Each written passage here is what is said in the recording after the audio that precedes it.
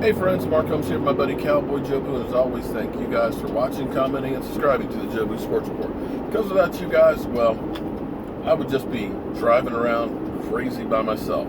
But at least I can share the madness with you guys. Now we have the first day of the mini camp in the books. Thank God, no injuries or nothing to really speak of. But one of the things you got to be excited about, truly excited about, is Jaylen Smith. Any of you guys who saw that devastating knee injury, and I've torn my ACL, in fact I don't have an ACL on my left knee. When you saw that, it's like, is that dude going to be able to walk again? Now, you know, the joint itself is healed and all that. It's the nerves is the problem. But throughout OTAs and now minicamp, they've been putting more and more on him.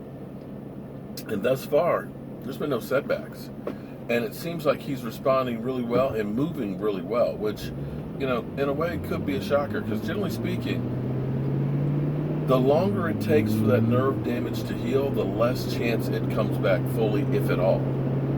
And basically, you know, we're over a year into that. So when you start looking at that, say, you know, at the end of the year, you know, or excuse me, the beginning of the year, and he wasn't having that nerve regenerating then, the thought was, it may never come back. And that's why the Cowboys started working him with the brace, figuring that, okay, we're going to make do with the best that we can, and it may be that that nerve never comes back, he forever has a dropped foot, but we're going to strap it up and see what he can do.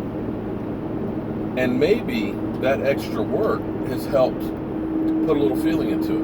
I know from my own personal standpoint, I've had slip disc in my back and pulled muscles. From time to time I have muscle spasms.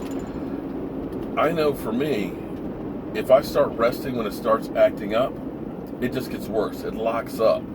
It gets tighter. Like the first time I hurt my back, I just laid in bed for a couple of days to the point where I couldn't get out of the bed.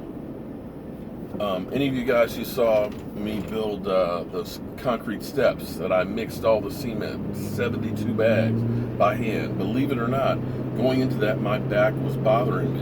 And that sounds kind of crazy that I'm mixing cement, wheeling in a wheelbarrow, and finishing concrete with a bad back. But through the course of doing that, and I think it's the motion and all that, the blood flowing or whatever, heating up the joints, it stopped hurting. Started the project with a hurt back, finished it with no hurt back. So it may be that with Jaylen Smith, now that he's doing more and more work and running around, you know, your body gets used to football, and maybe that football, you know, inside of him is just wakened up and that nerve is coming back. I don't know what it is. Maybe it's just time. But for whatever reason, it's coming back and he's looking really, really good on the field. And I got to tell you, I'm excited because add to that, Sean Lee, who has always played well, for the first time since 2012, he's playing in the offseason. That's right, he's not recovering from anything. So how much better will he be next year because he's able to get this extra work in, he's not rehabbing. So you really got to be happy about both of those, because if Jaylen Smith comes back like anything like he was in college, you got Sean Lee out there, all of a sudden you definitely may have the best linebacking core in our division. Now, one other thing that's kind of interesting is we're not hearing a whole lot about Taco. You know, our first round draft pick. We've seen Dimitri Moore taking some first team reps ahead of him. And it could actually be possible that he's inactive for some of the first games. Reason being is a lot of other guys are beginning to step up. DeMarcus Lawrence, you know, last year was a disappointment, 1 sack, he was injured, had the back surgery and all that. You know, you have to wonder in your mind, is that the last call for alcohol for DeMarcus Lawrence?